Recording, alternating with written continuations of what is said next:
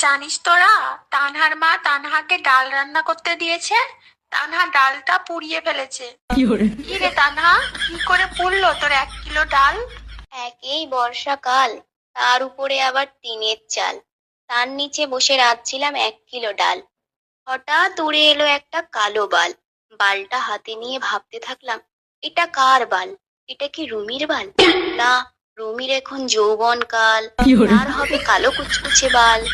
তবে এটা কার বাল? তবে কি এটা লাভলির বাল?